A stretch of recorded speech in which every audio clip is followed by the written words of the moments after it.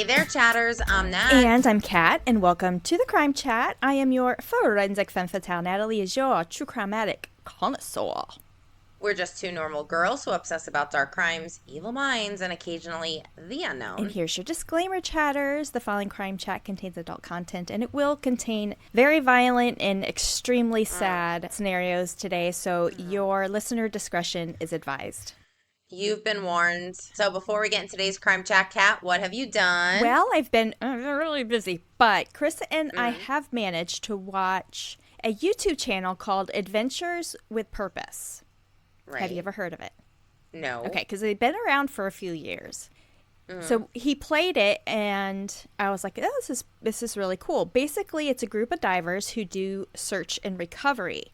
So they search for people who are presumed to have drowned in their cars. So they do recoveries of like the cars, recoveries of bodies, and it's where basically law enforcement has expended their resources to look for somebody. They've done cases as early as 2 weeks of somebody missing to like 20 years. Oh, wow. Yeah, it's a nonprofit, and as we were looking at it and watching it, because they do a little of the investigative part too, and so it's pretty interesting. They tell a little bit about the story. They work with law enforcement on their recordings, and it's funny when they call, if they do positively identify a vehicle by like the license plate, when they call law enforcement, they give them the rundown.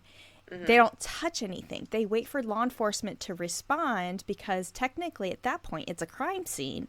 And they need to determine, as law enforcement, what type of like manner of death. Like, are we looking at an accident? Are we looking at suicide? Are we looking at homicide? That kind of thing. Right. It was really, really interesting. And I was like, man, this is really cool. Well, then Chris told me the guy who owns or is like the main person of this, he wasn't on some of the videos for several months. And he said that that's because the guy was being investigated for sexually assaulting a underage, like 12-year-old family member. Oh, my God. But he was 16 or 17 at the time. I mean, this was probably like 30 years ago, 30 years ago. And it all just kind of popped up. So I started looking into it, and I was like, ugh. I feel bad, like, watching the channel, because now kind of that, even though he did come back on. Okay. There are crew members he worked with that left because of the incident. And they're like, we just don't feel comfortable, presumed innocent until proven guilty. But they just didn't feel comfortable being associated with that stigma. Okay. So the more we watched, the more I kind of got like irritated a little bit because they were dramatizing it. They were not embellishing, but like being elaborate, knowing they're on YouTube and knowing that hundreds of thousands of people watch them. Yeah. Actually, I was going to look up and see how many subscribers they have. Did you watch this under the crime chat YouTube? Because something like this popped maybe. Up on my... Okay. They have 3.22 million subscribers. Oh, wow. Okay. Yeah. Oof. Well, then it might have been from the algorithm. I might have been looking at it from the crime chat. But it's. I mean, their mission is very good. They've recovered, I want to say, since 2019, 5 years, probably almost 30 missing people. Oh, sometimes they find just vehicles. Sometimes they find the person. Sometimes they don't find anything. Yeah. When that popped up, and what is that called again? Adventures with Purpose. All right, and that's on YouTube? Okay. I did click on something when that came up in the algorithm. But it was divers, I don't remember the name, but it was divers going down to find grave sites of people that they cannot bring up. Like, there's just... Oh, okay. There's no crime there. There's no suicide, nothing. There's just divers that went too deep, or something happened. They got tied up in a rock or something, and they passed away. And there's no way of getting their bodies back up. And that happens with extreme sports. I mean, you go to Everest and you see bodies just frozen, so it's at your own risk. But it's so eerie when they were videotaping. You'd see the tank, the scuba gear, and it was everything was deflated because the body was just bones. And It was just so eerie. Yeah. Oh my God. A watery grave. Just a watery grave. Ugh. Chris and I were watching a documentary. I want to say it was in, I don't remember, Switzerland or something. It's like a famous tunnel system that's underwater. And this is why I don't do caverns. You get stuck in there and you can't find your way out. But they had buddies, and they were trying to basically make it like the deepest dive and make one of the records. And one of the guys got stuck. You run out of air. You can only be down there for so long. So it took a couple months, I think, to get approval from the government to go down and recover him. Maybe it wasn't Switzerland. I can't remember, but that was, we watched a documentary on that. That's crazy. Wow. But they were able to recover him, bury him appropriately. Wow. That's, no. But speaking of underwater, okay, so did you tell me about the movie Under Paris? No. Well, either I saw it or somebody told me about the movie Under Paris. Okay. And this, the river that's in Paris, the Seine or Seine, Siene. Okay. Basically, somehow like a mako shark makes its way there and is like killing people. And how it starts out is it's a search, like a scientific team that have tagged this specific mako. But because of all the pollution in the water, the makos were like evolutionizing so they could do certain things. Yeah. Oh my God. That's terrifying. And the trailer looked really good. I was like really excited to watch this movie. It was not good. It wasn't good. Was it just because it wasn't filmed right, or it wasn't written well? But it sounds like a cool premise. I mean, no, like the plot sounds amazing. You're like, how does this happen? It wasn't like dissecting the plot. The plot and how they delivered it seemed plausible. I just was like, I left it on, but I wasn't really watching it, if you know what I mean. Like, I couldn't get into it. Surprisingly, it had to do with sharks. So surprisingly. Oh, have you and Chris watched Godzilla -1 yet? No. Girl. We haven't watched much together. Oh my God. Okay. On YouTube, they have those reaction videos. Yeah. Like watching it for the first time, reacting to it.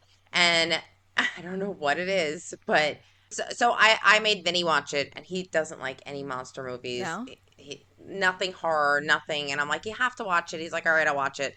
At the end, he goes, that was really good. And then we were watching YouTube, and there's this one scene, and the scene is 5 seconds long, Kat.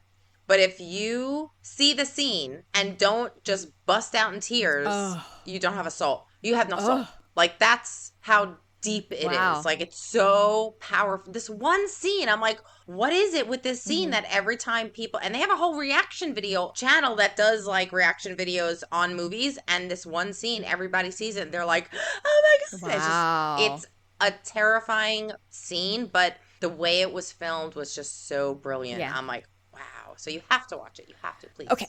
So what about you? That's pretty much all for me. So we did just finish House of Dragon this past Sunday. And yay, it was good. I have no complaints. Good. Like, it's a great show, and it's just going to get not better, but more gruesome and horrific. We have 2 more seasons, and we all know what's going to happen. All of our hearts are going to break, and we'd be crying. The only thing I would change is the dramatic musical score behind the dragons. Like, I think they can kind of zhuzh that up a little bit. But the actress, Emma Darcy, they are, honestly, they are like in a league of their own. That's how good. That's how good. I'm like, how did I never see this? Like, how did I never notice this person before? Seriously. Like, you what episode are you up to? Since we last recorded, I haven't seen another episode. So, no. So it's the one right after Rhaenys is killed. Oh, you have 4 more to go. You have a while to go. I know. I know. But and the sad part is, like, right now, I'm Team Black. A lot of people are Team Green. That's Allison's team. I thought it was red. Was it not red and green? It's black and green. Black and green. So I'm Team Black. That's Rhaenyra. Yeah. But in the show, Rhaenyra, it's got layers. The character has layers. So far, stellar performances from everybody. Oh, I can tell you exactly. So. I was just thinking of it. Exactly the last one that we watched was where they found people who had not a pure bloodline, but some bloodline to be in Targaryen to ride the dragons who didn't have riders, and the guy was killed. Do you remember that? So that, yes, that's where I'm at. I'm pretty sure that's episode 5 or 6. I know we got a few left. But I also saw on my feed the other day a promo poster for Snow, Jon Snow. Oh. So House of Dragon is a prequel to Game of Thrones. Snow is a sequel. So it's what happens after while he's at Castle Black and Beyond the Wall. Yes. Where he goes back to Beyond the Wall. Yeah.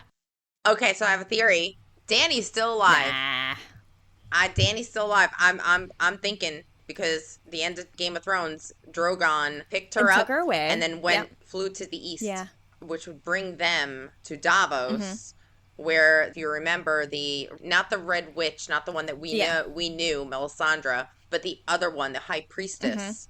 She had like some scenes. She could bring people back to life. Well, you never know. But come on, I'm here for it. That'd be great. But that would be great. That would be great. What's her name that plays the Dragon Mother? Daenerys? Yeah, Daenerys. Emilia Clarke. Yeah, I have not seen, unless they are intentionally not releasing it, where she's part of filming. But that's possible that they haven't released it. Well, she may make an appearance in House of Dragon. Maybe. In House of Dragon? I'm just... She wouldn't have been alive during that time, since it was... Well, we do have the weirwood trees. I'm just hinting. Oh! Tell me you're spoiling without telling me you're spoiling it. I'm trying. Exactly. I'm trying not to. And the other thing is, I've been researching Bud, and I'm not going to tell you who Bud is till next episode. Okay. I have no idea who Bud is. Bud is Chris's nickname by his mom. Is it really? Bud? Aw, that's cute.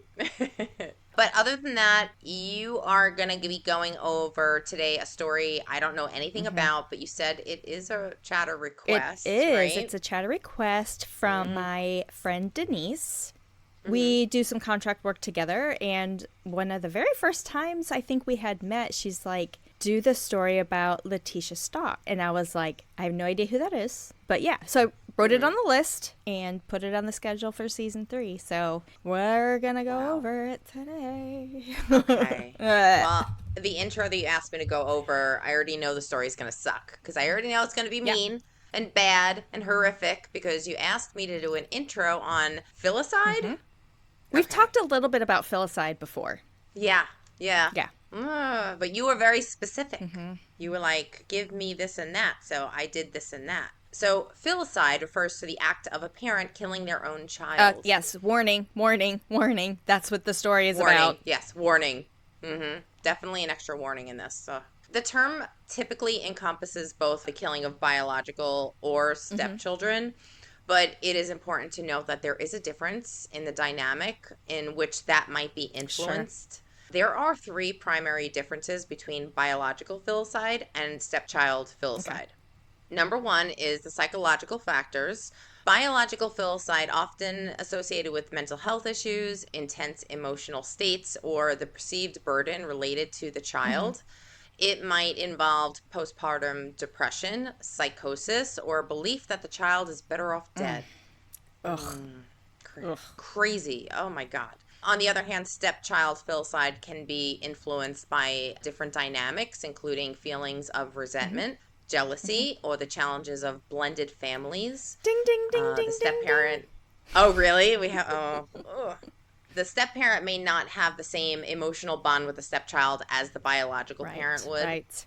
Number 2, relationship dynamics. So biological parent-child bond is typically stronger and more complex, whereas the stepchildren, the step-parent, stepchild relationship can vary widely from very close to quite distant. This may include tensions arising from the child's other biological parent, from difficulties, to form a bond with that child, the outside parent or whatever, strange parent.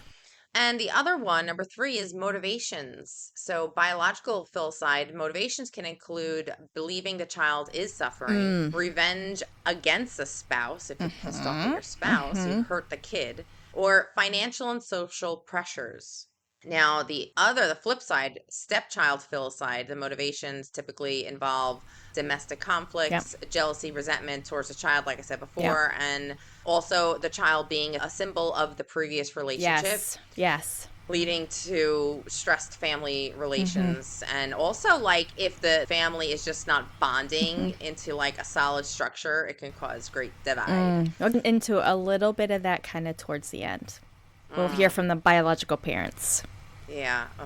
Well, and I'm sure you're going to get into this too, the legal and the social perspectives of this. Legally, laws may treat filicide differently depending on whether the child is biological or is a stepchild, considering factors such as custody, parental rights, and the nature of the relationship. So I guess, like, yeah, the court may look at you hurting your stepchild differently than hurting your own biological child. If you had primary custody of a step, because you mentioned custody, like if it varies with primary custody or maybe joint custody. And even if that's the case, the step parent doesn't have the custody, the spouse does. Right.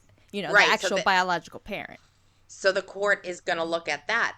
They're going to look at what's your custody rights, what's the rights of the parent, who's got guardianship of this child. Yeah. Are you just a spouse that just married in? Do you have any rights here? You know, like, so they're going to, I guess legally they have to kind of differentiate the rights of that person hurting the kids. Yeah. And number two, the social perspective. Now, society may view biological filicide with more emphasis on the mental health issues, while stepchild filicide may be seen through the lens of, like, family integration challenges and domestic violence. I could see that. You know, because I think it's a little bit more unbelievable for somebody to kill their biological child. Like, most common people just can't wrap that around their brain. Like, I don't understand. Something must have been wrong with them mentally, you know? Right. So I could see that. And then a lot of times, as in also with this case, there are some integration issues. There are some other abuses that have happened, and jealousy. There's things we'll get to. Hey, you know, you're giving me these little nuggets, but all I can see is the face behind you, and that face is breaking my adorable. heart. He's adorable. Yeah. Oh my God. Okay. All right. I'm not gonna cry. Not gonna cry. Okay. So understand. I'm actually tearing up a little bit. So. Oh my God. I'm gonna get through it. We'll get through it. Yeah, we'll get through it. Understanding the nuances between biological and stepchild filicide is critical for legal, psychological, and social interventions aimed at preventing such tragedies. Yes. The examples of biological filicide, I picked 3 for each. First one is Andrea Yates' case. Now, I vaguely remember this woman. Yeah. In 2001, she was suffering from severe postpartum depression. Yes. And psychosis, and she drowned her 5 biological children in the family bathtub. I remember this person. Yes. Oh my God. Yeah. Next case is a case that you did, which is Susan Smith in 1994. Yes, we did cover that one. Susan Smith, probably one of the worst women to ever walk this earth, drowned her 2 biological sons by driving her car into the lake. Initially, she claimed that the children had been kidnapped, and then later confessed to the murders. What makes her case, and you went over this, so check out our past episode, Susan Smith. You went over her motivation, which was romantic, and that just that just twists my gut, like, because the guy that she was enamored over didn't want a family, like didn't want kids, and she's like, okay, I'll get rid of my kids, right? Like, it's just like it's that easy. Yep. Now, the next woman is no better than Susan Smith. I think this one comes in, this woman competes with Susan Smith, and that is Diane Downs. In 1983, Diane Downs shot her 3 biological children, killing one of them and severely injuring the other 2. She claimed it was a carjacking, but evidence showed that she committed the act to pursue a relationship with a man who didn't want children. Yeah. Sound familiar? Yeah. Gosh, shooting. So, psychologically, if you can put it this way, it's easier maybe for a biological mother who doesn't want to be a mother and wants to get rid of her children to just put the car in the lake so you don't have to watch them suffer. Yeah. She shot them. Oh, yeah. Yeah. To me, that's even more of an impact. It goes to a lot of times with murderers who cover the faces because they don't want to see the person. Yeah. It's kind of what I'm comparing it to. You know what I'm saying? Like, Yes. they don't want to feel that regret and that remorse in something that they had just done, whereas this Diane Downs is just fucking evil. Yeah. And honestly, they're all evil, but I'm just saying, like, yes. If you put them on a severity level, like a severity like chart. Yeah. So Diane, like, I'm shocked we haven't done this case yet, but we will, because this is a deep dive case. Like, this is a long case. So I was thinking, I'm like, why can't we cover her for female serial killers? But this case, you can't tell without getting into deep detail. And that would be a full episode, you know? Sure. So, and she seems more of like a spree killer than serial. Yeah, that's true. That's true. So, yeah. So now, Diane was also on, like, I think she was on the Jenny Jones show or the Ricky Lake show or something. Oh, like, Ricky Lake. And she was just like, oh my God, my children. And she played this whole part. Oh, yes. Total, like, I mean, I don't know. All right. Well, moving on. Okay. So here are ridiculous 3 examples of stepchild filicide. First one is Alicia Baker. This is from 2010. Alicia Baker, along with her husband Adam, was involved in the death and dismemberment of her stepdaughter, Zahara Baker. Zahara, who had survived cancer and had a prosthetic leg and was subject to severe abuse by them till she died, and they dismembered her. Like, this is my God, bad case. Yeah, that is horrible. Yeah. There's so many bad people out there. I know. There are some cases that come along that we're like, how the hell do we not know this? And we have a podcast, like, because we're always researching, and then one case will come along, like, how did I know this? Yeah. How did I know that? Next one, David and Louise Turpin. David and Louise Turpin? Turpin. I actually know somebody who's a Turpin. Yeah, it's Turpin. Not these people. No. Oh, I was going to say, are they related? No. Oh, my God. Okay. All right. Well, this happened in 2018.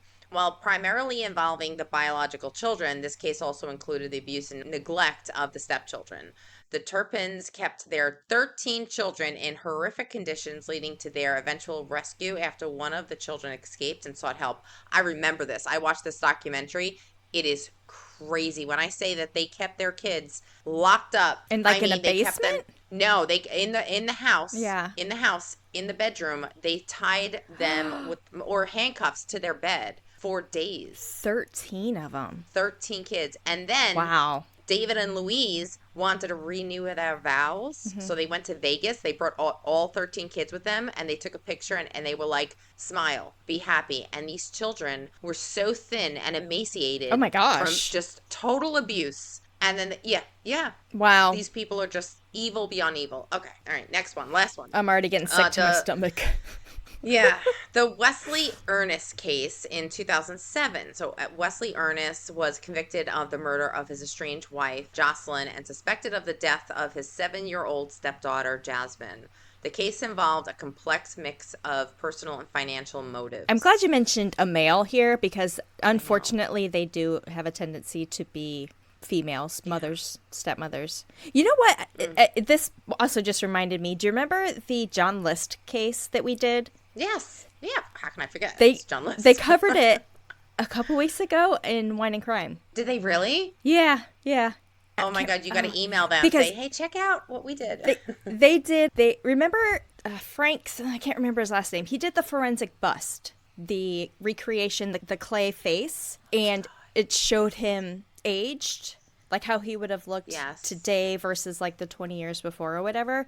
So their episode was on forensic sculpting. And I was like, they're going to cover John List. I know it. And then, of course, they got to, the John List case. They did cover it. It was really good. I'm interested on how they did that, because I would think that if you're going to go over forensic sculpting, you would need more visuals. So I would like to know how they did it, because a podcast, you don't have visuals. Like, you don't have those pictures to kind of show, and you have to be really super descriptive. Lucy does the background and like the psych background before Amanda gets into the story. So Lucy did a really, really good job of like describing. And I think actually she was the one that talked about John List, and she does she calls it a mini case. Right. Because I think Amanda basically for Lucy, she goes and she provided a lot of great detail. I thought she did really good, but also I already had kind of that knowledge. Right. So I knew exactly what she was talking about. So. All right. Yeah, I got to check that out. Okay. Well, so filicide is the gruesome act of a parent, like I said, killing their child, or a step parent killing their stepchild. It is a nightmarish tragedy. Yes. These chilling cases expose the twisted psychological and emotional forces behind such a monstrous deed. So I hope that sets you up for this case that you're going to go over. Yes, and I'm already getting chills. So. Oh, boy. Okay. All right. Don't blame me, blame Denise. Okay? Yeah. So I do want to put it out there. We are going to be talking about the murder of a child. We will get into some detail. There's not a whole lot of information that I was able to find about their background. Okay. I'll get into as much as I can, as much as I was able to find. But I also included the transcript from the judge. Mm-hmm. And his statement was amazing. Really? And it's long, but I'm going to read it because it's fucking fantastic. Okay. And there's a reason why this guy is a judge. Okay. So, just to give you a little forewarning kind of about what we're getting ready to get into. But what this case is, it is Colorado versus Letitia Stauch. And I think I was saying Stauch, but the CH is a K sound. Okay. So it's Stauch. Okay. So Colorado versus Letitia Stauch. Charge 1, murder in the first degree. Guilty. Charge 2, murder in the first degree of a child less than 12 years old. Guilty. Now, this woman was convicted of killing her stepson and put his lifeless body in a suitcase, threw him off the side of a bridge in Pensacola, Florida. Why does Florida yes, we're in always Florida. have to... Florida, sit this one out once. Just So sit it out. I will say Florida and South Carolina both make cameo appearances in this episode. Oh, girl. All right. So Gannon Stauch, this little boy right here, adorable. Yes. 11 years old, was reported missing from Colorado Springs on January 27, 2020, by his stepmother, Letitia Stauch, 38 years old. Gannon's father, Al Stauch, was a member of the Army National Guard and was on deployment at the time.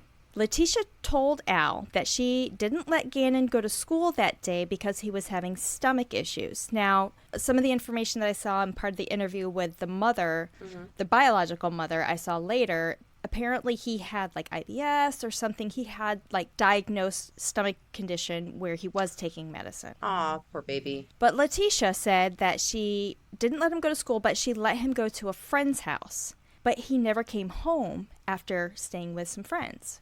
She told the El Paso she told the El Paso County Sheriff's Office that he left home between 3:15 and 4 p.m. to walk to a friend's house, but he never returned. At 6:55 p.m., El Paso County Sheriff's Office dispatched they received a call about a runaway child at the 6600 block of Mandan Drive in Lorson Ranch neighborhood, Colorado Springs. By 7:32 p.m., Gannon Stauch was entered into the state and national databases as an active runaway.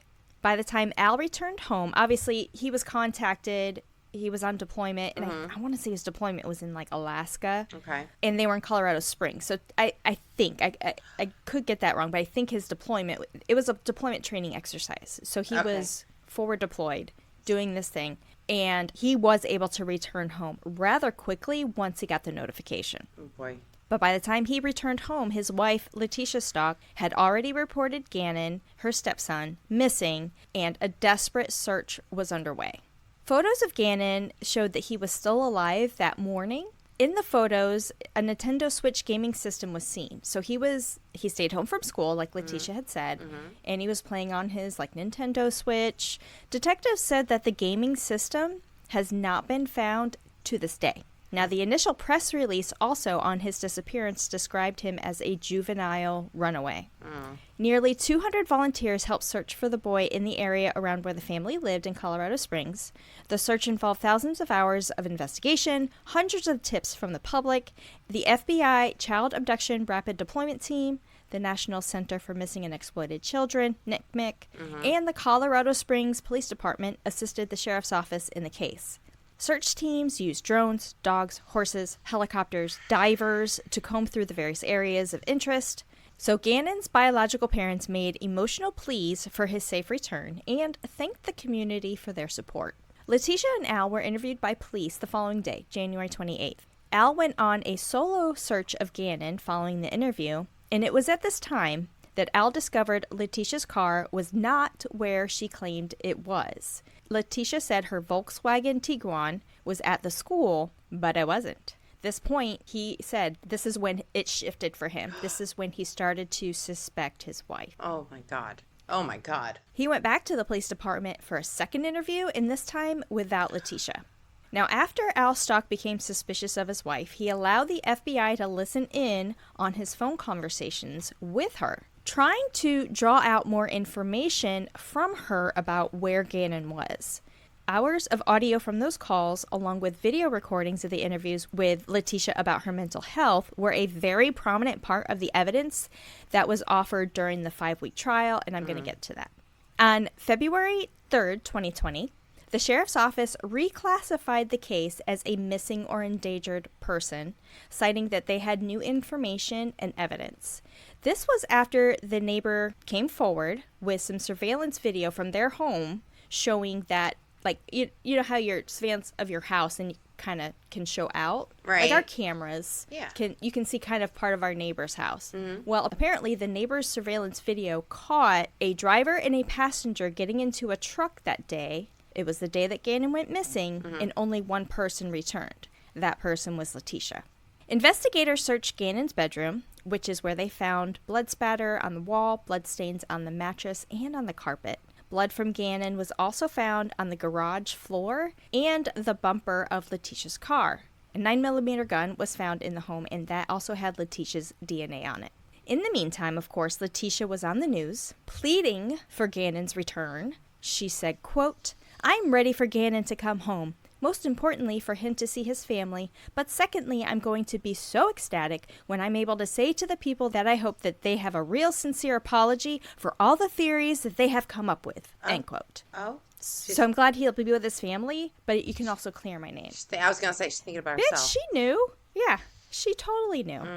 Hotel documents show on February 4th, Letitia was in the Florida area. Pensacola area. Prosecutors suggested that Letitia snuck out from a hotel room where she was staying with her daughter in Pensacola to dispose of the body in the middle of the night, hoping that it would be swept into the Gulf of Mexico. On March 2nd, 2020, presuming Gannon to be dead, Letitia was arrested in Myrtle Beach, South Carolina, on charges of first-degree murder of a child by a person in a position of trust, child abuse resulting in death, tampering with a deceased human body, and tampering with physical evidence. Wow. March 4th, so she was arrested March 2nd. March 4th, she reportedly attacked a deputy and was then held in a Kansas jail, and that's going to come up a little later. The next day, March 5th, she was extradited to Colorado and held without bond at the El Paso County Jail.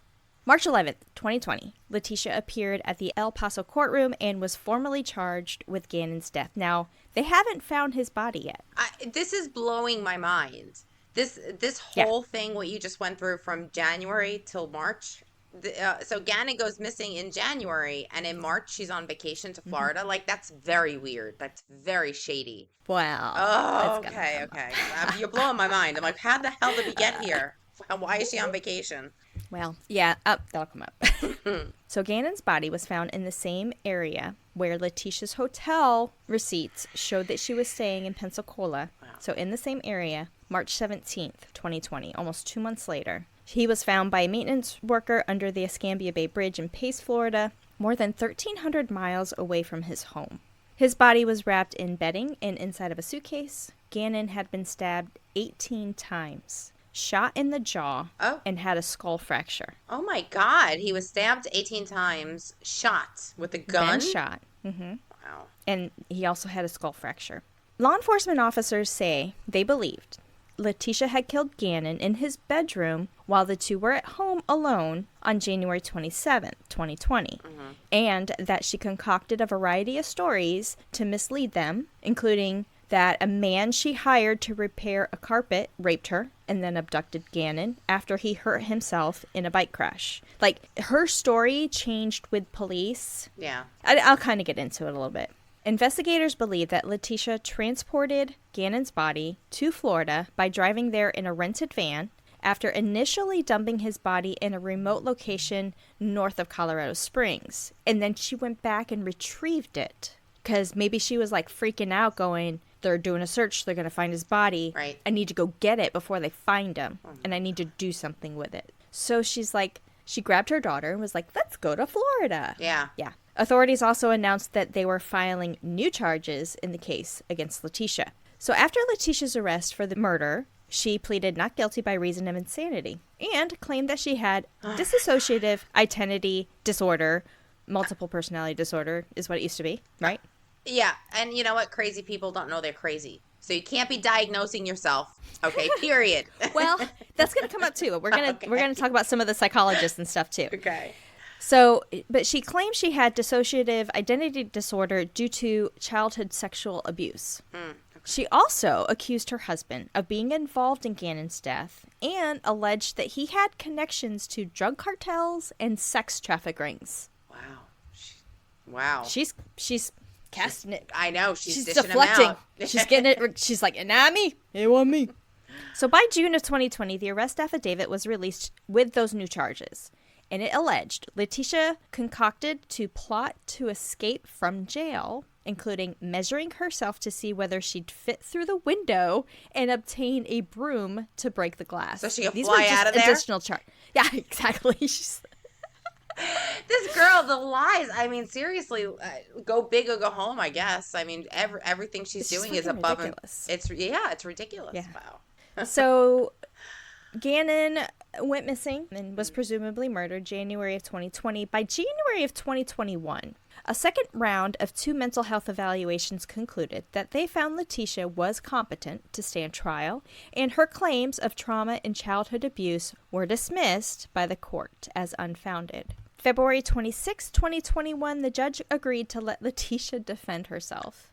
Oh, this is going to be good. Oh, this is like the cherry on top. I can't wait. March 5th, 2021, Letitia represented herself in court for the first time. However, by May 3rd, a court announced that through the release of documents, Letitia would no longer be representing herself and will get a public defender. I could not find anything about, like, what was it when she was in court. Like, she's narcissistic. Yeah. She's a fucking idiot. Right. Like, oh, God. Anyway. Then in September of 2021, the judge ruled there was sufficient evidence against Letitia for the case to move to trial.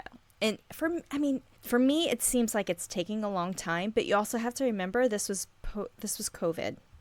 And there were a lot of trials that were pushed back, investigations. Like, it was very, they stopped doing trials then for a long time. They did. Even though mental health evaluations showed that she was competent to stand trial, in February of 2022, Letitia changed her plea from not guilty to not guilty by reason of insanity. The case was delayed so Letitia could be evaluated at a state hospital. By July of 2022, 2.5 years later, the judge warned the defense team that they had 4 more weeks to get it done. Like, you're kicking the can long enough. Like, yeah. Or a state hospital would be required to explain the delay. Like, right. Let's get this shit going. So the judge kind of held down the gun there. You know what I'm saying? Like, good, because I'm thinking if the judge already said in 2021 that she was able to represent herself, that her competency test was already okay. Like, you know what I'm saying? Like, they already established that she was okay. But they weren't defense psychologically evaluated. That was from the state side. Okay. So the defense's argument says we want our own. Yeah. Like, we want our own psychological evaluation. Right. Because I didn't like what it said. Yeah. And Letitia's going, I'm nuts. I'm crazy. Right. She's crazy. Yeah. Walks like a duck and talks like a duck. It's a duck.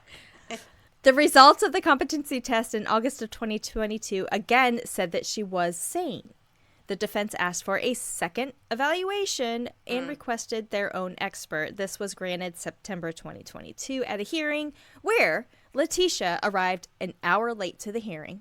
And that prompted the judge, I like this judge, by the way, to rule that, quote, all force reasonably necessary, end quote, can be used to make sure that she left jail on court days to arrive on time. Like, And I mean, granted, it probably wasn't her fault. Right. The transport or people, whatever. October 2022, the trial date was established for March of 2023, 3 years after poor Gannon. So they did start with jury selection in March, but opening statements didn't begin until April 3rd of 2023. 12 jurors were seated, and there were 6 alternates. Okay. The prosecution began by describing the murder. In the defense's opening statement, the attorney told the jurors she was legally insane when she killed Gannon. There was no, fact that she didn't kill him. It wasn't a prove it, kind of thing. It was the reasoning behind it. It's like the bare minimum. They have to represent their client. What are they going to say? Yeah, of course. Well, and I'm actually got some information from her attorney as well. Okay. So over the following days, multiple people testified for the prosecution, including Gannon's father, Al, and the doctor that had performed Gannon's autopsy. In a gut-wrenching testimony, on April 4th, the day after opening statements, Al Stauch remembered his son as a curious child, a video game lover who could not have possibly expected the deadly attack. Sitting between her attorneys at the defense table, Letitia was seen with her head down and her hair covering her face. So she probably looks like the girl from The Ring. Probably. That's the vision I got. That's what I got. Probably. Just as evil. That's evil. Just as evil, yes. So Al told jurors that on January 26th, Letitia had told him, this was the day before he went missing, Letitia had told him that a candle had accidentally spilled and there were bubbly spots on both sides of Gannon's arms. Letitia further explained that Gannon allegedly knocked over the candle, which started the fire.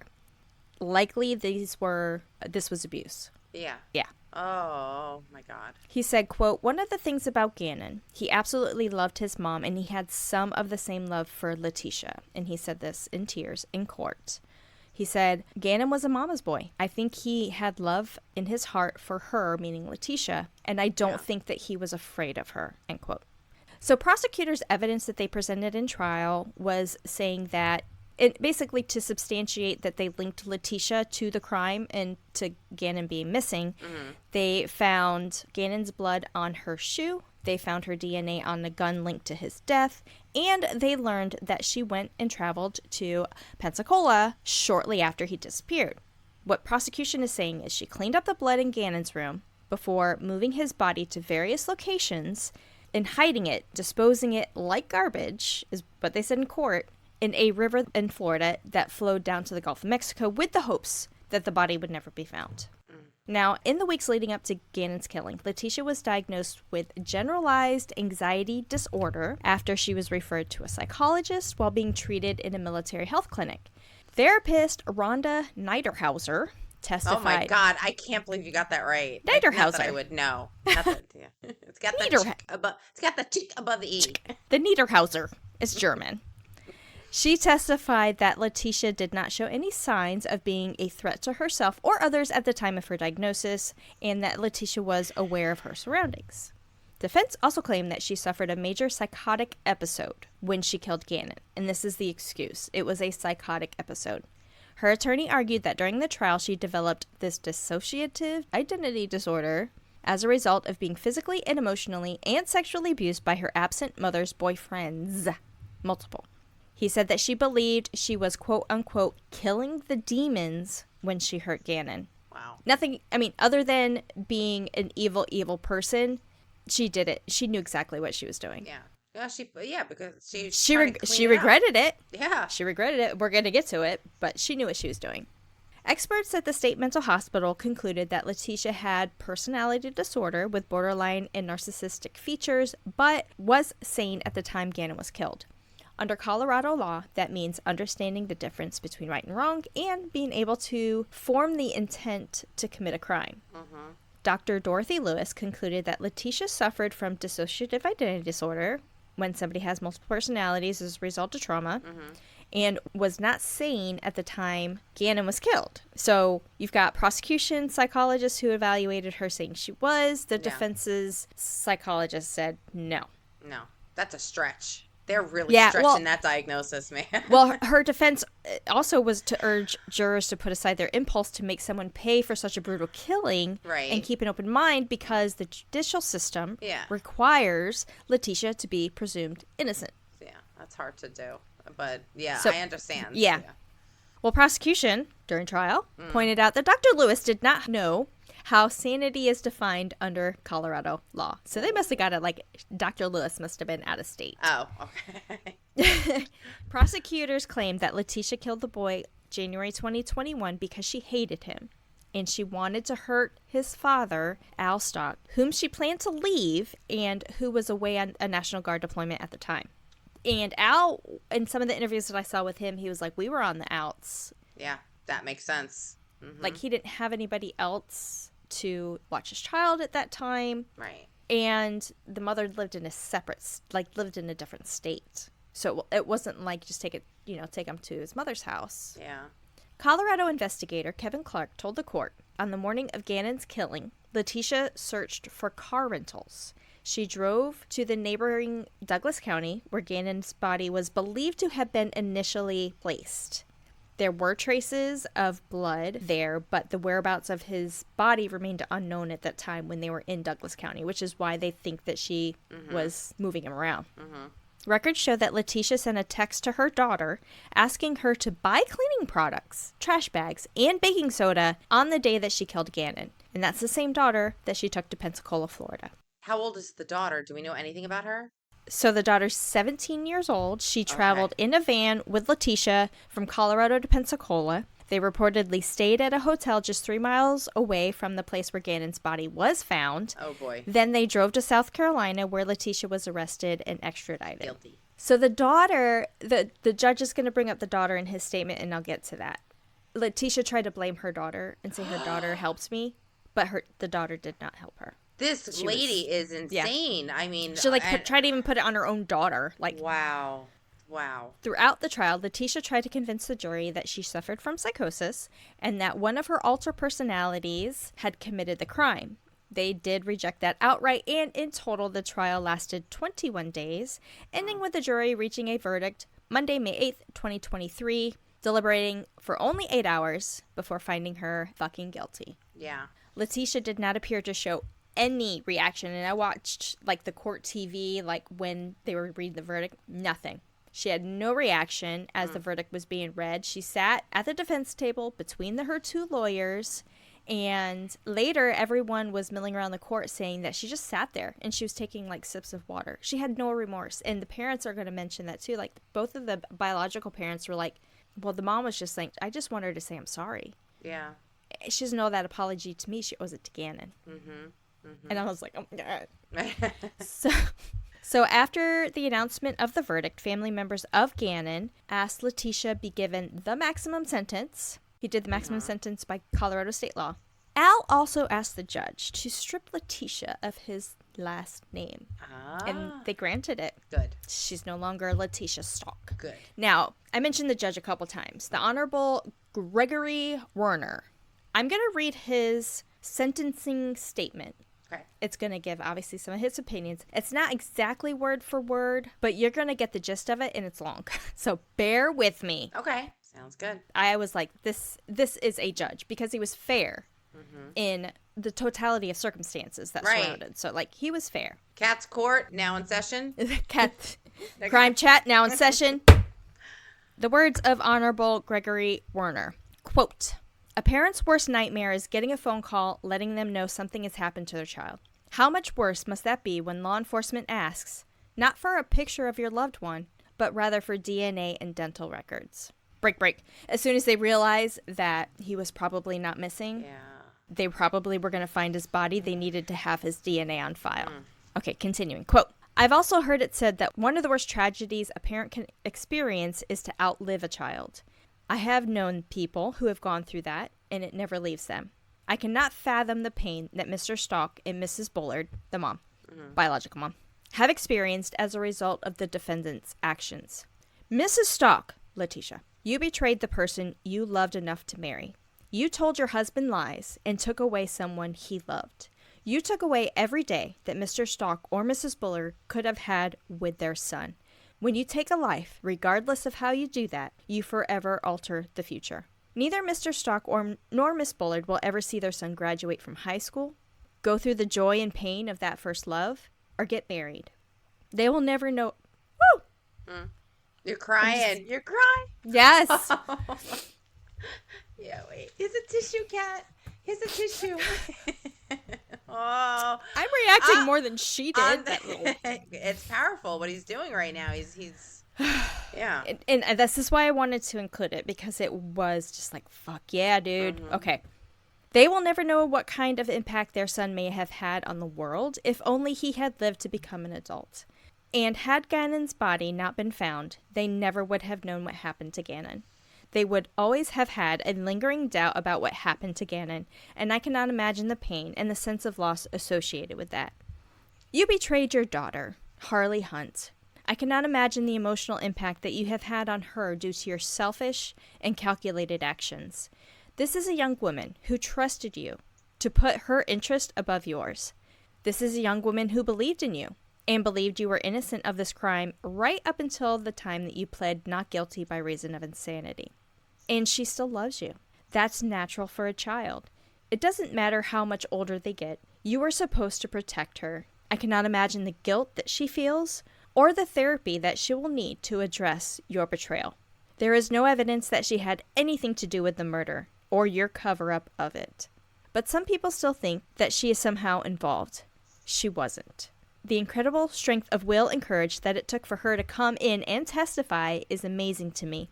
But she did it because, as she said, it was the right thing to do. And while thankfully she didn't testify, let's not forget about Lena. You betrayed her too. Lena was Gannon's sister and another child of Al. Okay. You took her brother from her and forever altered their family dynamics. She will always wonder who she can trust and will always feel that loss. She was there the day you killed Gannon. His body was still in the house when she got back from school. At some point, you even claimed this 8-year-old girl helped you move her brother's body from the basement to the back of your car. That's just not simply true. As she gets older, Lena is going to want to know more and going to want to know if there was something that she could have done to prevent this. Mm-hmm. I hope she comes to realize that she has no fault in all of this. You betrayed your stepson, and you took his life. You took away everything he was and everything he could ever become. I can't imagine the terror and confusion that he must have felt in the last moments of his life, when he knew his life was being taken from him, from someone he trusted to protect it. Your attempt to raise the claim that you did this because of your adverse childhood is also a betrayal of the people who have mental health issues. It is no secret that there is a large part of our population that has mental health issues. And it's also no secret that our country and our health system could do a much better job addressing mental health issues than it does. However, the number of people with mental health issues who become violent is small, and the number who become murderers is smaller still. Your claim that a mental health issue caused a murder, in this case, is a disservice to all those who struggle with mental health issues every day. I've had cases where the defendant's mental health condition caused the defendant to act out in a certain fashion, but even in those cases, I have never seen conduct like this. Your claim is that it was another personality that murdered Gannon. But there was no time in the minutes, hours, and days following the murder where Letitia came out and wondered, gee, why am I carrying a body around in my luggage? That just isn't credible. You knew what you were doing. You made a number of clear and conscious decisions to cover or disguise what you had done.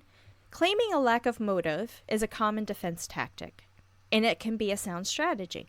The truth is, however, it only takes a moment to make a bad decision that results in disastrous consequences. And oftentimes we never know why a defendant chose a particular course of action. However, that does not mean that they did not intend to undertake a course of action. Sometimes in this case, the likely explanation is anger. An 11-year-old boy with burns who feels that he's not being taken care of. An 11-year-old boy on the verge of being a teenager. It's not hard to imagine Gannon saying something like, "You're not my mom. I want my mom. I want my dad." And that would be enough to make you really angry. But anger is not an excuse. A defendant is responsible for the choices they make and the actions they undertook, even though those choices arose out of or were motivated by anger. It's clear that you hated and were jealous of Landon Bullard. That's the biological mom. Okay. You saw yourself as a better mother than she was. It's clear from the evidence that you had some resentment of being left with Mr. Stauch's children. It's clear you had some resentment toward Mr. Stauch because he traveled as part of his job. It's clear you felt trapped. You wanted out. You were searching for a new job and a new location in Florida. Mr. Stauch had been gone on his new assignment for less than 2 days when a fire in the basement occurred. I can imagine that you saw your whole future consisting of taking care of Mr. Stauch's children while he was off doing his thing. And that's not the future that you wanted. I can imagine Gannon, at some point after he sustained his burns, telling you he wanted his real mom, and how that comment would have made you angry. You took your frustration and anger for the marriage, the childcare, and the absence of Al, and even living in Colorado. You took all of that out on Gannon. The evidence suggests that you first stabbed Gannon repeatedly, 18 times. Based on the number of defensive wounds, he was clearly conscious for some of that. Oh my God. He was certainly gravely wounded, and chillingly, it would also explain how you were able to mimic the sound of Gannon's breathing in one of your sessions with Dr. Lewis. What? Yeah? I was like, what? Yeah.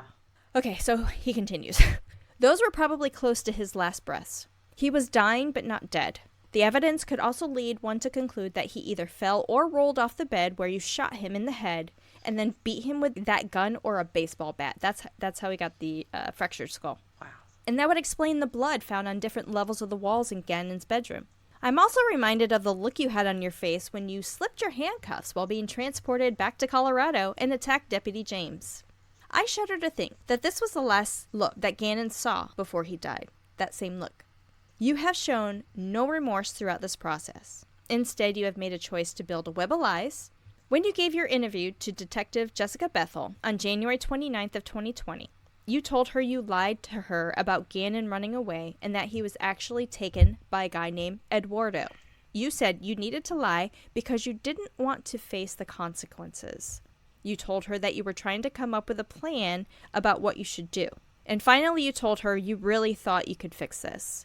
I think that's true. You lied because you didn't want to face the consequences. You needed to come up with a plan to fix this, and that plan involved covering up what he had done. It involved lie upon lie. But you slipped up at various points and let the kernels of truth escape. In one conversation with Mr. Stauch, you told him the FBI needed to close the borders of Colorado and needed to close I-95. I-95 doesn't run through Colorado. It's an interstate that runs along the eastern seaboard. It's also not far from where you dumped Gannon's body. When questioned by Detective Bethel, you told her that Mr. Stauch might also make up some kind of story about how you came at him with a knife, and you said that you would never use a knife like that. But Gannon was stabbed 18 times. Your actions in this case also show a very conscious attempt to avoid responsibility. You started out with a story that Gannon had run away. You gave some hints that it might be related to bath salts or drug use by Gannon. Like trying to blame Gannon. Jesus.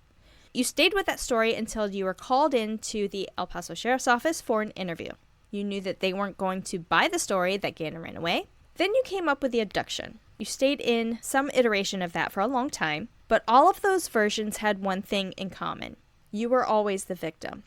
In one, you're beaten and raped, and Gannon was abducted. In one, someone stole Gannon out of a truck in the parking lot. In another, you let someone drive Gannon to the hospital to take care of a head injury that he had when he fell off a bike. In all of them, you claim it wasn't your fault. You were just in the wrong place at the wrong time. Then you got arrested. You stuck to the story that it was someone else that took Gannon. During the hours that you spoke with Special Agent Grusing, he told you he thought sometimes good people do bad things, and sometimes it's an accident. Then they found Gannon's body. Then you saw the mountain of evidence against you. And this is a mountain the size of Everest. What was your position after that? Well, it was an accident. And you, Letitia, didn't even do it. It was Maria Sanchez. You carefully crafted your new story to continue to avoid responsibility. It also allowed you to take advantage of the out that Mr. Grusing and Mr. Stauch suggested much, much earlier when they asked you if this was an accident. Now it was an accident. Your Maria Sanchez personality shot Gannon by mistake because she thought he was an intruder in a cape. Multiple personalities are not credible in this setting. Regardless of how many personalities you have, you only have one body. You all have free will. And we all make choices based on that free will. The people who suffer from mental disorder you claim are terrified because their free will has been taken from them and they are being subjected to things and experiences they don't understand and they don't have any recollection of. You didn't behave anything like that.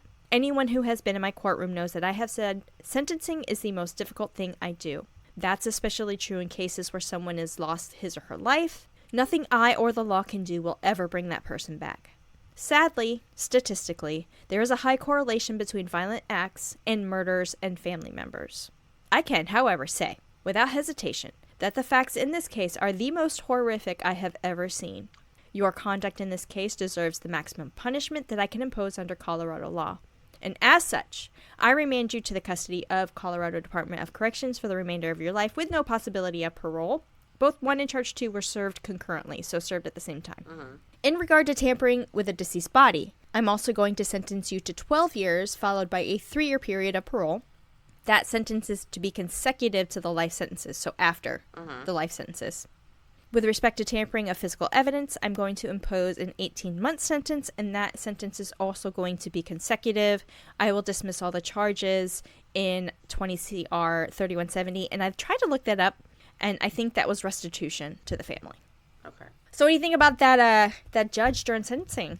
Yeah, I think that was, you don't see judges do that often, where they really go in this deep. Yeah. But, I mean, he diced her up, chopped her up, and served her, basically. He gave her what she deserved. Yeah. He called her out on her bullshit. And I think this probably did a lot for the family. Sure. To hear this. Yes. But I don't think she heard a word. Well. I think she probably was zoned.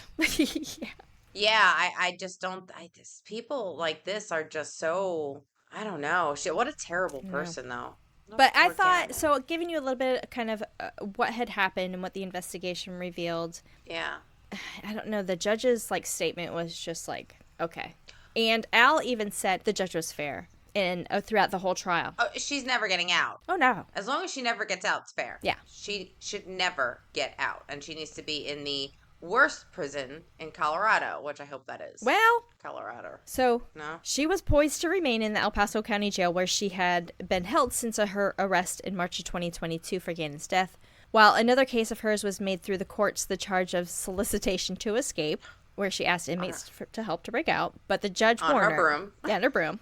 Judge Warner dismissed that part of the case on the state's request, basically paving the way for Letitia to start serving her sentence in state prison. Okay. She was transferred to Denver Reception and Diagnostic Center, DRDC, for an assessment for processing and then to determine what facility she would be placed in. At Letitia's sentencing, her attorneys did request that she was placed at the San Carlos Correctional Facility, which houses inmates with persistent and severe behavioral health issues. But neither the judge nor the attorneys have any say about where she ends up, and the decision does rest on the Colorado Department of Corrections. Mm-hmm. They have started to work on the appeal via an appellate packet, which will be assigned an appellate attorney and then taken over to the appeals process. Mm-hmm. But District Attorney Michael Allen said, wherever Letitia ends up, she will be under close watch. He said, quote, I can tell you that based on what I know about this defendant, the fact that she's a flight risk, that she's violent, the fact that she attacked deputies in a vehicle on her transport back to Colorado, the fact that she solicited other inmates at the jail to escape jail, I have no doubt that she will be placed in the most high-security facility that the Department of Corrections has, and that's where she belongs. End quote. Mm-hmm. Yeah, I agree. Now, Letitia's, one of her defense attorneys, Josh Tolini, he was on a court TV interview and had a response to the verdict. He wasn't honestly surprised. He said there was a substantial amount of evidence to overcome. Not guilty by reason of insanity is a high bar in Colorado, and Letitia's actions that she had after that, after the murder, made that bar very difficult to reach. While the jury did consider mental health quite a bit, he didn't think there was any doubt in the jury's mind that she had a mental illness, but in the end, they felt it didn't reach that high bar of not guilty by reason of insanity. While disappointed in the verdict, he can understand and respect their decision. They presented an expert on the insanity plea, which perhaps is why it took 8 hours in deliberation versus an open and shut case based on just the evidence alone. Because if that was the case, I mean, it would have been, they had enough. They had the physical evidence. Even at the time of her arrest, they still hadn't found Gannon's body. Yeah. But they had that much evidence to make an arrest. Yeah. You know what I'm saying? Now, the attorney, what he said in dealing with Letitia, he said there were a lot of days where she would display kindness and sincere emotions toward all of the people involved. She struggled with the case, and she felt she was struggling with herself at what she did. And then there was a part of her that couldn't even accept this horrible act, which may explain some of the reasons of her actions afterwards, hiding it, covering up. Yeah. But basically, to accept what she did likely is what led to her lies and deceit, and at some points made her a challenging client to work with. Yeah, no one's saying that she's not suffering from something. Sure. We're just saying that you can't claim that you're crazy enough to kill somebody. Like, that's a different, like, you could be suffering from, you can have multiple personalities, but that doesn't mean any of those are murderers. Like, that doesn't mean anything. Exactly. So. Maria Sanchez. Right. Poor Maria. Poor Maria. Okay, I mentioned I got a couple interviews. The first one is from the dad, Al Stauch, and then I'm going to do the biological mother, Landon Bullard. Oh, boy. So Al, dad, said from day one when he was reported missing, it was a community effort. Even though it turned out that he wasn't actually missing, Al said all along the thoughts and prayers from even around the world had sustained him. So it made, obviously, local news, national news, and international news. Yeah. He said, quote, especially in the early days, I don't know where we would have been without the support of the community, end quote. People in the community were opening their houses, food was being delivered to the people doing the searches, and especially the sense of people being divided in society. Mm-hmm. And he said it was nice because there was unity. Yeah. People changed their front porch lights to blue, which was a signal from the community and support. And he described in this interview, he was part of one of the searches. It led him to a different neighborhood that had higher elevation from where his neighborhood was. Right. And he looked down, and it was just like a luminescence of blue lights. Oh, my God. You get me chills. Yeah. I know. Tragedy always brings people together, unfortunately. Well, it's true. Well, phone calls not even half revealed in court. Al actually conducted pretext phone calls, I mentioned that, in which the police were recording or listening to the conversation. Before she was arrested, Al was having to tell Letitia that she was a good mom, and among other things, to try and get as much information out of her and even a confession. And he said that this was difficult for him to do. However, there had been far less situations where he had to do the same thing before with Letitia, like far less crimes, or like where he was, and he had done pretext phone calls before. And I was like, wow, look, she's bad news. Yeah. You know what I'm saying? So he was familiar with, quote unquote, staying in character, is what he said, but it wasn't easy to do nonetheless. Considering what was going on with Gannon, Al was thankful that he was able to keep his cool and get the evidence that police needed. There were a couple things that he said in the interview that he kind of was like regretting, like wishes he didn't say, but you can't help that. I mean, you're human, right? Yeah. But most of it had turned into hard evidence for prosecution. Now, while he wasn't out there every day with the search parties, he felt confident that his role was to try and get into Letitia's mind. Yeah. He played his part to really get to the bottom of where Gannon was, and he said, quote, that's all that mattered, end quote. Yes, and now this is making a lot of sense why she was able to get away in March. Maybe he was just like, ahead, go. Now track her. Maybe she's going somewhere. Now, Al thought that he had a feeling the whole time something was going on, but he did maintain hope. He said he was immediately tipped off early on while Gannon was still missing, and that Letitia had told him that they were asking for Gannon's dental records. Now, that's what I mentioned, like the police were asking for his dental records, and not like a picture to share. You know what I'm saying? Like they kind of already had an indication. And he said that even though they were asking for his DNA or dental records, he still maintained some kind of hope. He remembered taking Gannon's toothbrush and some other personal items down to the police station. And even with all this, Al kept hope for the day until he was notified that they had found Gannon's remains in Florida. Keeping hope in mind, he asked Gannon's mother, Landon, while he was missing, before they found a body, and after he had turned in the toothbrush to the police department for DNA evidence, Landon, the mother, was going to the store. He said, hey, why don't you buy Gannon a new toothbrush so he has a new toothbrush when he gets home? Mm-hmm. You know, like that was just kind of a symbolism of how he kept hope during this time. I had to look a picture. I had to get a picture of her. Of Letitia? Yeah. I mean, she looks normal. It's not like, I mean, obviously a mugshot always makes you look more sinister, but Yeah. oh my God. I mean, there's some pictures too, like on social. I mean, she's pretty, you know. She's like, yeah, she's but you never know. exactly. There's so much more on the inside. Right. She's not ugly in any way. It's just she's somebody you would know. Like it just You would think is like normal, like a right. normal person. Wow. Oh. Al was asked about red flags while he was married to Letitia. You know, if he felt anything, like saw anything, like looking back, hindsight. He said, each and every day I don't leave things undone. I don't leave stones unturned. If I can't get to it today, I'll get to it tomorrow. He basically was saying he's like got this like A-type personality. But he also says, I don't have any regrets about that relationship. I think I was clear that that relationship was coming to an end, like in his testimony, and that nothing ever happened in that relationship or the relationship with Gannon's mom that equals a dead child. True. I'm not going to rip myself apart because someone murdered my child. Nothing that happened in my entire life equals that boy getting that treatment. End quote.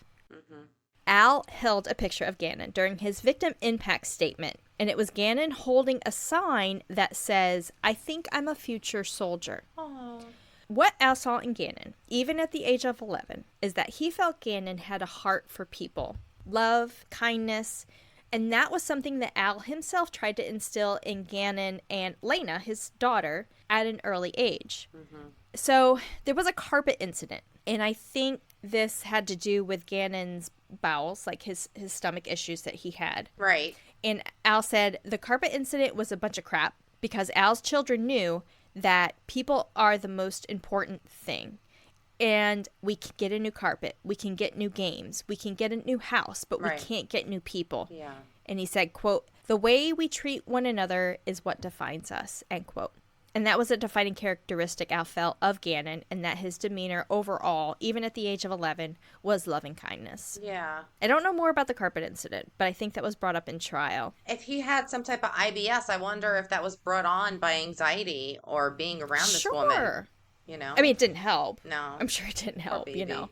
So what he doesn't know, Al, and what Letitia has never shared is Gannon's last words. And he actually pled for this in his victim impact statement, was saying what were his last words. Like, Al accepted the fact that there are some things that he may never know, and there are some things that Letitia may never share, including what she actually did to him, his last breath, and his last words. Al thinks that it is safe to assume that he will never know. But as much as he wants to know, not knowing what happened that'll never poison his soul. Yeah. You know what I'm saying? Like, yeah. He's accepting that if he doesn't know, it's not gonna. Yeah, he's not gonna have he's got to move on. He's not gonna obsess over knowing. Yeah. Now, if Letitia appeals, which she already did, Al said that he will cross that bridge when it comes. Like because he was asked in the interview if he would show up to like her appeals and court and like any kind of future proceedings, and he's like, we'll just have to cross that bridge when it comes. And he said, quote, this was enough for me. Just from the emotions and the weight of it, but also for the result, end quote. And he said that Letitia has every right to appeal. I mean, anybody that's their right. But citing the judge, who said the amount of evidence was that of Mount Everest, he said that he was at peace with where everything was at. Yeah, because the appellate court judge is going to review the case. They're not going to hear any new testimony. They're just going to review exactly what had happened, and they're going to read that judge's, like what you just read before, and they're going to be like, all right, that's fine. Like, everything's good there. That judge knew exactly what he was doing. Yeah. And that's actually, so the next part here is that Al said that he was pleased with Judge Warner's fairness throughout the whole trial. Yeah. And he tried to stay as objective as possible, and he felt the judge was also objective, and he was happy basically with the outcome. But of course, who wouldn't be? No, yeah. So I did watch a portion of his victim impact statement. And, okay. Quote, why couldn't you just let him be a mama's boy? That's all he wanted to be. Just to love his mama. I wish you would tell me what those, Gannon's last words, what those words were, so I would know, end quote. The next and last section here is the mother, Landon Bullard, and she said that the day Gannon was first reported missing, Letitia had called her directly. But she grew immediately suspicious of Letitia, saying that, quote, she acted funny, end quote, because Letitia called her from Gannon's phone. Not from her own phone, but she called from Gannon's phone. Yeah. Which turns out that Landon, the mom, was the only one Letitia called from Gannon's phone. She didn't know that until it came out in trial. So Landon said when she found out that she was the only one Letitia called from Gannon's phone, she said it hurt and it felt like a jab. Quote, I begged for her to look for my child. I talked to her every 2 hours. It was just weird, end quote. So Letitia and her 17-year-old daughter, Harley, they were supposed to pick up Landon from the airport. And I don't know what happened because she didn't really get into it in the interview, but it sounds like Landon, the mom, had to find other transportation, whether it was from Al, the dad, or right. I don't know. But apparently they never showed up at the airport. And Landon said that Letitia just felt off, like the whole thing. She felt that Letitia had something to do with it, but maybe not to the extent of taking his life. Mm-hmm. She thought Letitia did something to get someone's attention so she could be the hero at the end of it. Yeah. Like, oh, we found him, and, look what I did. Like, that's kind of what she was thinking about Letitia. Now, Landon, mom, her victim impact statement at trial, let out everything she possibly could have ever held in for a long time. How she found the strength to sit there day after day with Letitia only being a couple feet away. She said anyone, not just as a parent, would be angry, especially with someone, Letitia, who was so emotionless during trial. Mm-hmm. Gannon was her reminder that he wouldn't want her to mess up his story, and Landon, mom, felt like he was there with her. In her victim impact statement, she said she didn't need to practice, but she felt like she just needed to get it out, everything that she had held in. She said she could have said some harmful things, but it would have taken away from who Gannon is. Quote, he allowed me to get through it, end quote. She did mention in her victim impact statement that Letitia had fooled everyone, and she did. Well, she tried to.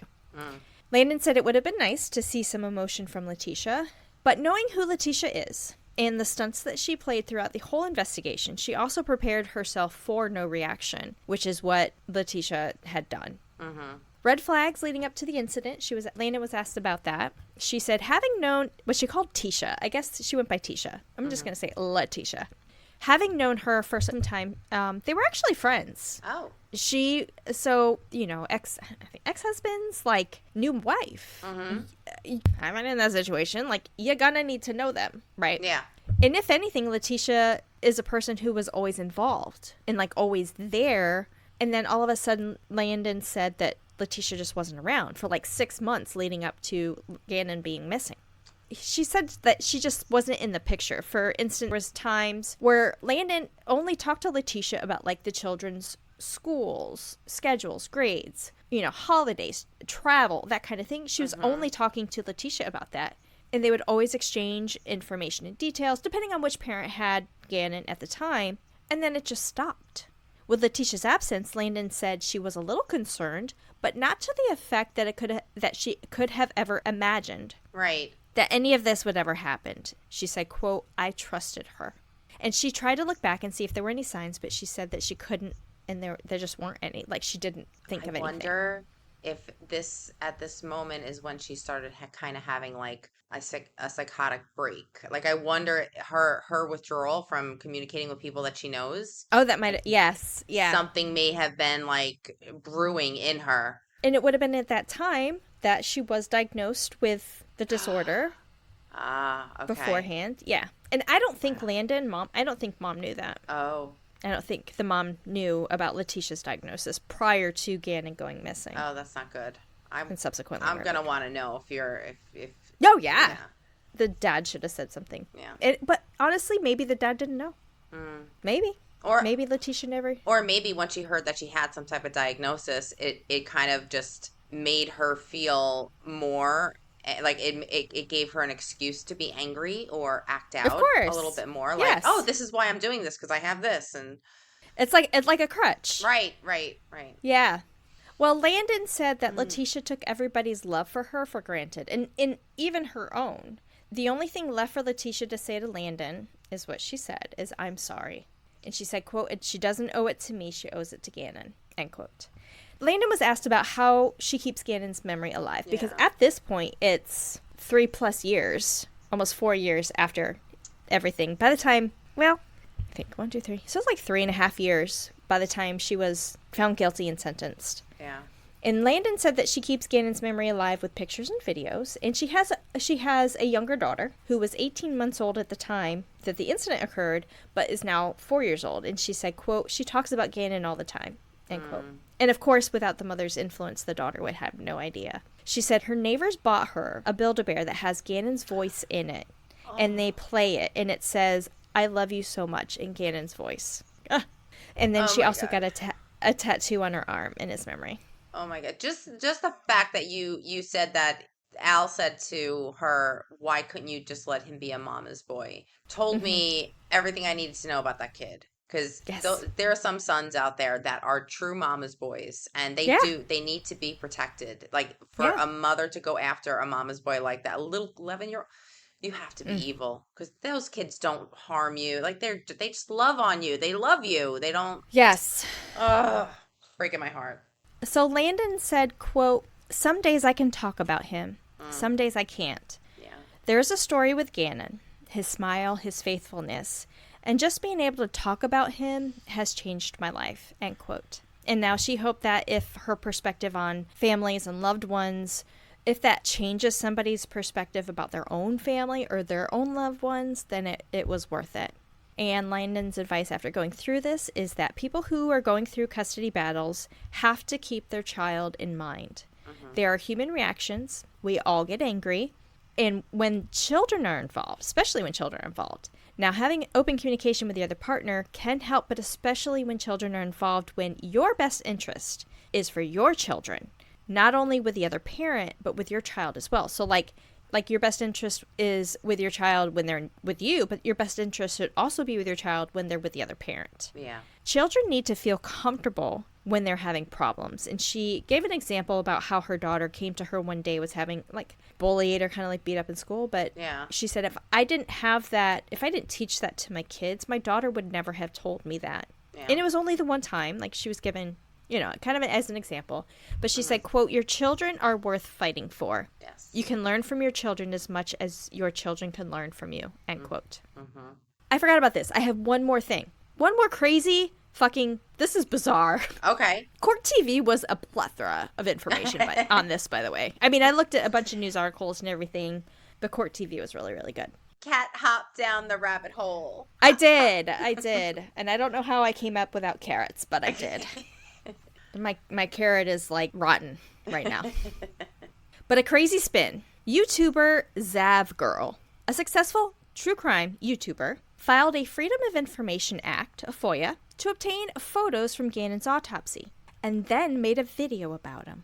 She put them on her Patreon and charged people $3 to see the 11-year-old Gannon's autopsy photographs. She responded on her YouTube channel. Like, this got a lot of backlash. Like, people were like, basically, she was monetizing this. Yeah. She was monetizing his death. Like, no. Oh, no. No. She did respond to her YouTube channel in a post saying that after an uproar of people who were offended that she was making money over it, some people thought it was distasteful, while others, including herself, thought the coroner explaining what had happened was more interesting. Many people shamed her for sharing pictures of Gannon's genitalia in the video, but she did assert that she did not do that. The biggest issue was that it was an insanity defense trial and the manner of death was not an issue in the case. That's what I'm saying. Like, maybe a manner of death, if that was more so of how he died, if that was more of an issue in the case, it would give her maybe more justification to do the FOIA in the first place. Like, why? No, she had an 11-year-old boy. And then she made money. And then she made money off of it. I'm shocked they released the evidence to her because he's a child. It's not like an adult crime case. This is a child. And not to mention, if you're going to make money off of it, that's not, I mean, you're $3. Well, $3, and I didn't look her up. I don't want to give her the algorithm. Like, because even if you flip it and say like she would made money and then donated it back to the family, even then it's still bad. I've been to actual child autopsies. Okay, I have been and seen a child on the table getting examined by the forensic pathologist. Right, and that's not something that needs to be shared with God and all creation, even if you are paying for it. But the fact that she was monetizing it was just even more, like, disgusting. But in response, Gannon's father said her video was evil. Yeah. He said, quote, "The world got enough information from the trial to have every discussion that they wanted to have. Why do we need to have a Freedom of Information request and pay for this kind of information to dishonor my son by putting those photos out there like that?" End quote. Yes. Yeah. That's disgusting. Like, I had to mention it because that's not something that you will find here. I wonder if he could sue her. I don't know. I mean, maybe. I hope she took it down. She did. Apparently. Okay. She did take it down. That's the sadistic Letitia Stauch. That is terrible. And this poor baby, Gannon. He's adorable. Yeah. A picture can say 1,000 words. Like, that picture, just, I don't know. Like, I could see he's a sweet child. The picture, just that one picture, I can see he's just lighting up the frame. Yeah. And that just bothers me because we all know. I mean, you have children. So was one of them a mama's boy, or both of them, or neither? Yes. Yes. Okay. So when you have a mama's boy, some boys are, inclined to be very close to their mother, and they're sensitive, and that's where Mama Bear comes in. Yes. And Mama Bear would take her claws out. Right. Even to this day. So I have a 23 and almost 26-year-old. Mm-hmm. I will take my claws out still for them. Right. And that's where, like... And my grandbaby. But it just, I don't know. But his face it chatters when you see so this cute. Poor child. Like, oh I know. my God. Well, that's gonna stick. That's gonna stick with me. I told you it was bad. But that's gonna stick thank with me. you, Denise, for requesting the story. I guess shout out to Denise. Yes, Denise. Thank you. Question mark for the story. But she's retired Army, so I knew that was kind of her interest in the story. Thank you, Denise, for giving my therapist some topic that we can talk about later. Yes, thank you. I was supposed to have my therapy session today, but because of Debbie's remnances, they closed the office down. I'm definitely glad that I'm going to have to go after this. Debbie's doing North Carolina now. Debbie's done Florida. She's done Georgia. She's done South Carolina, and she's doing the whole East Coast. Yeah. She's not doing Dallas anymore. Debbie's doing everything else. She's moved on. Well, thank you for doing that. Denise, thank you for recommending that. That was a deep case. Yes. That was deep. And I didn't get, like I said, I didn't have a whole lot as far as like background and like what happened between the biological parents. But honestly, that wasn't for me. Right. That wasn't the point of this story. Right. So. Well, rest in peace, Gannon. You're an angel. You deserve better. Mm-hmm. Oh, okay. Well, because we don't leave you hanging, Chatter. For more information on this case, please check out After That CrimeChat, only available on Patreon. And we will not be selling the pictures of his autopsy. No. There will be pictures of his beautiful face and Letitia's devilish face and some other pictures. There's a couple of crime scene pictures that were released and shown in court. Okay. And I'll also be listing the plethora of references, including all the court TV videos that I watched for this story, which this was one of those nights that I stayed up until like 4:30 in the morning. Yeah. To because it was so much and I was like, I can't stop. I need to watch. It was a deep rabbit hole. Oh my God. This was a great case. Like this, you did a lot with the information, with the limited information that you're talking about. I didn't get that at all. Thank you, Judge Warner. You filled in a lot of gaps. But don't forget to follow us on CrimeChat with Nat and Kat, Facebook, Instagram, YouTube, TikTok, and X. See what we got going on. Yes, CrimeChat with Nat and Kat. Remember, when you become a VIP chatter to our Patreon, you'll have access to bonus episodes, behind the scenes, bloopers, and free merch. And check out some merch in the works. And I've just finished the bloopers for the last one, and we had some technical difficulties, so that's a joy. I was laughing myself putting it together, so. Just record yourself editing it while you're laughing. Doing my own reaction? Yes. My reaction videos to our own video editing? Oh, that's a great idea. Yeah. Well, be sure to check out our next episode. You mentioned it was Bud, but that's all you're going to tease us with. Yeah, I said Bud. All right. Bud. All right, Bud. You don't want to miss it. We'll see you next time at the CrimeChat. Bye.